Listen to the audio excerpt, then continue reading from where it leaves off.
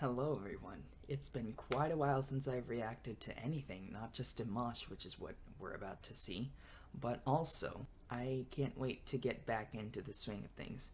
We're starting it off strong with Dimash's semi-newest songs. I haven't really been keeping up because I haven't been reacting, but here I am. I'm about to react to him sing Ikanaide, and for any of you who are watching, I am Mad Musician, or at least that's what I go by on this channel. Hello there. If you want to support me and my music journey, financially at least, you can go down below into the description. All the way down, you'll find a GoFundMe link. That's basically where you can click if you wanted to support my fundraiser of being able to afford a coaching program in getting my music career started, other than YouTube. But don't feel obligated. This is only for those who have ever felt like they wanted to support me in my music journey. So if you are interested at all, you know where to go. Make sure to click subscribe and give this video a thumbs up with the notifications bell on if you want to see more. Let's get into it. And just to be clear, I just looked up the lyrics. I have a general idea of what the main message of this song is going to be, and I know that it's a cover. Now, let's get into it.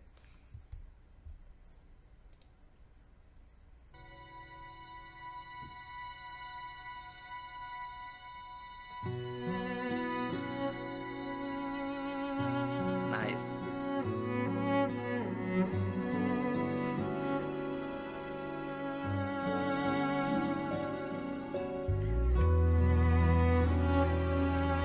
Wow.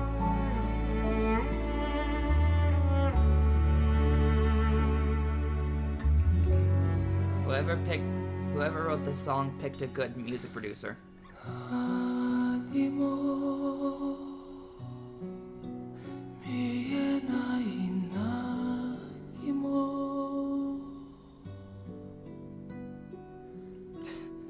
Wow.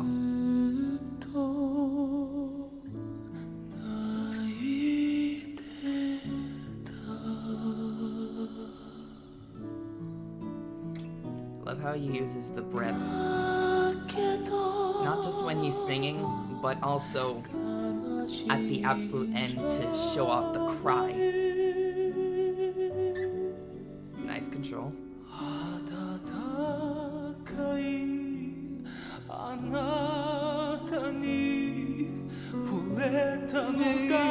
Nice.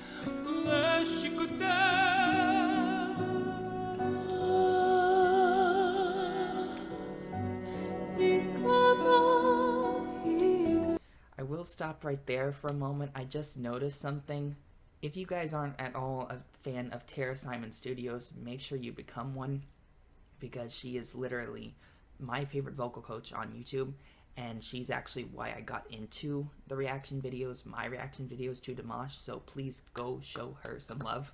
But the reason why I'm bringing her up and how it connects to this, she basically mentioned in a video how one of the notes he was singing in his performance of Opera 2, because I memorized that song, it's no longer special to me, and so it's not going to be that much of a reaction video if I were to make one out of it, so that's why I'm not touching things like that.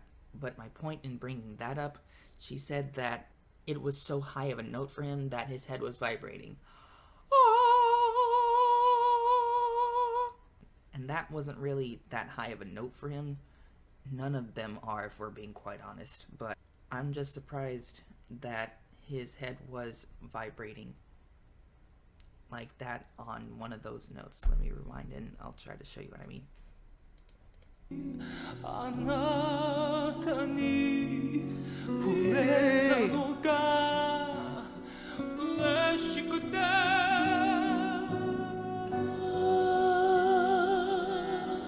See it? Right there.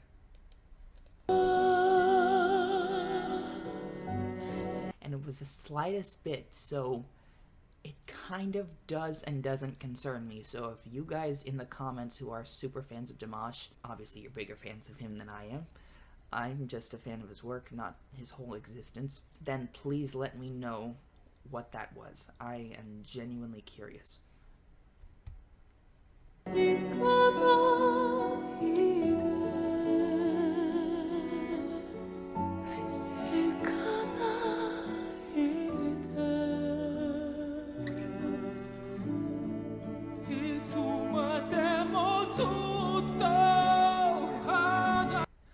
found that interesting how he's adding a smile to it when this song is about heartbreak and wishing something weren't true. Call me crazy, but it seems like he's known a thing or two about this. Not just in his own life, but it seems so intuitive for him that he knows that sometimes there's a smile to all this pain because you're trying to mask it. You're trying to cover it up, hide it away. Hide away the fact that even from yourself, it is a painful thing. If that is Dimash, if that's your intention with that smile, you are a big genius. Nice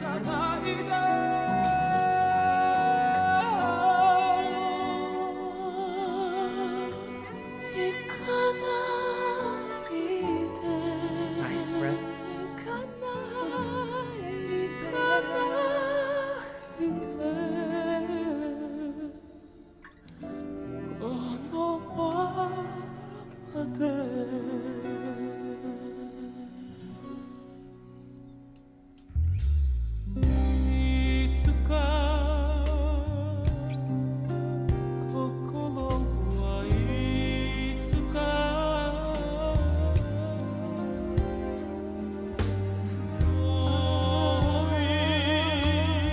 Nice.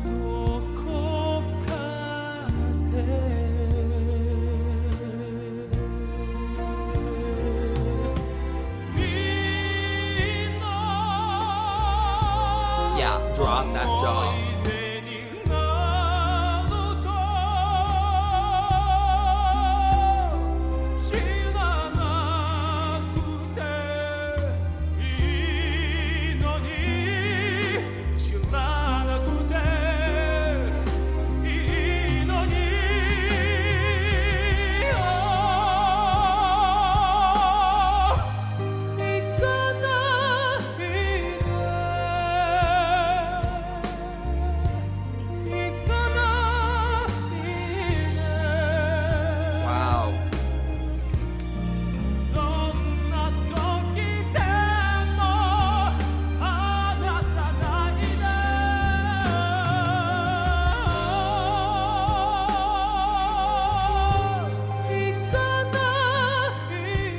Now, I will say, normally, that when you go up as high as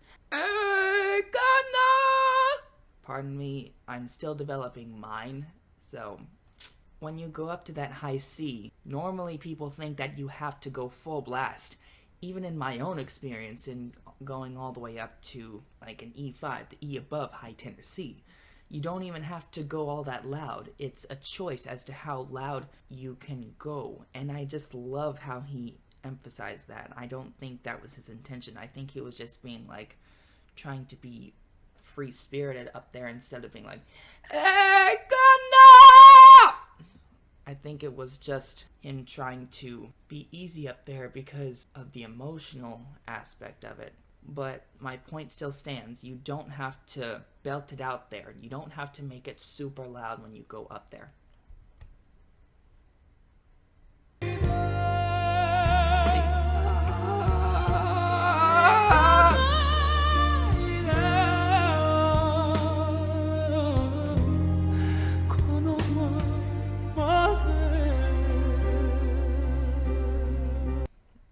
That was the highest note he's done this whole time. I'm just gonna rewind and play that back again just for my own sake.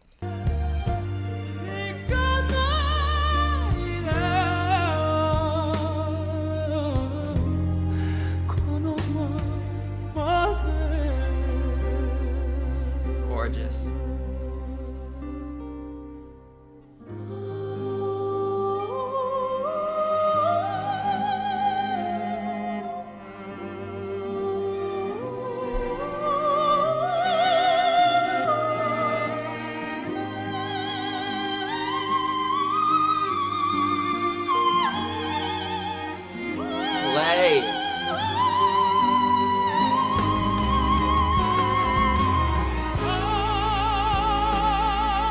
Another key change.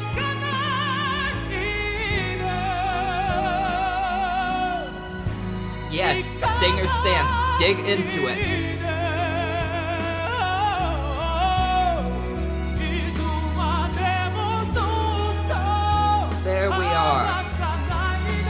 crying and screaming into it. Yes.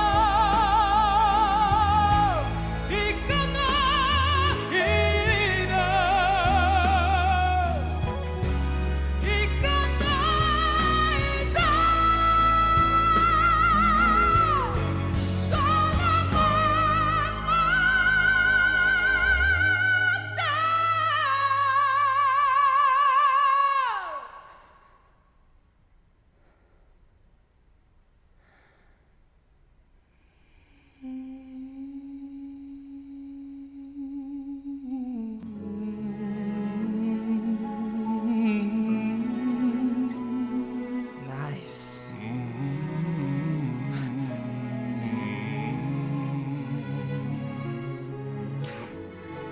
I'm sorry, I just find it so funny.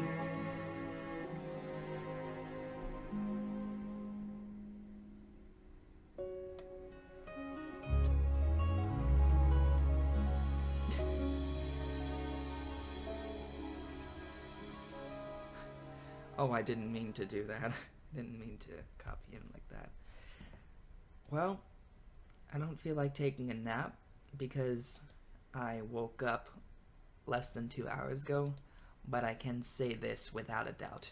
He is a beautiful example of how to be technically sound, so much so that you can go into any genre you want and not really feel like you belong in one in particular. I, for example, feel like I've always been an imitator of musical theater, at least the style. I don't know about the culture, but he is literally able to put his feet into the ground and let himself sing whatever the crap he wants. And that's why we love him. But I wanted to go back and point out something real quick. I'm gonna start back at when he was screaming and belting it all up there. Like, that high. And obviously he went much higher than that in his falsetto. But we're going back to the belting, screaming thing. It's more so of a compositional choice for the original artist. I know he's just making the cover, but I wanted to shed some light on the song itself.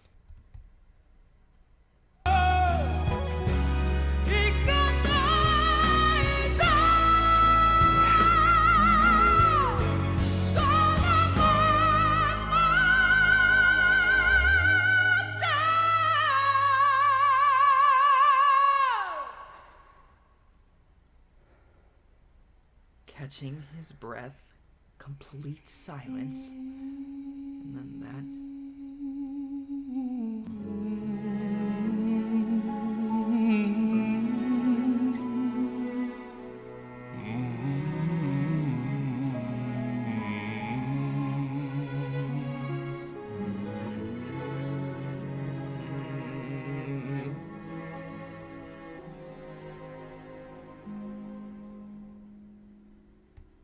You know how when you get finished yelling at someone about a struggle or just like feeling misunderstood in the midst of an argument and you just are just like letting it all out right to them, and then once you conclude that, you're just like, and then you try to wrap it all up in a calm bow tie. That's what he's doing musically, because he's literally screaming out a kind of pain he's feeling. I don't think he's doing it to anyone in particular, at least when he's trying to convey the song, but he's trying to convey pain, and considering that's how we convey pain so accurately in general, that's also how the original writer did it in the song, and I love that. Because I've had my own experiences with trials and troubles in this life, I can safely say I know, at least intuitively, how songs are likely to be written, at least when it comes to the tension to release perspectives. There was a lot of tension built up right before the belting and the high soprano notes, obviously, but that was only because the song was meant to gradually build up to that big moment, come crashing down into a very small, almost silent way of singing, and then finish off calmly with a resolution. I feel like I've gone on a tangent, but it goes to show just how accurately and amazingly he was able to portray this singer's song. Anyways, I hope you enjoyed this reaction video. Once again, please give it a thumbs up and subscribe with the notifications bell on if you want more. And once again, if you want to support me and my music journey, make sure to click the GoFundMe link all the way at the bottom of the description box and donate to that goal and fundraiser I have for getting my music career started, if you want. Obviously, don't feel obligated, but if you do want to support me, that's the way to go. Thank you so much for watching. I will see you all next time. Bye.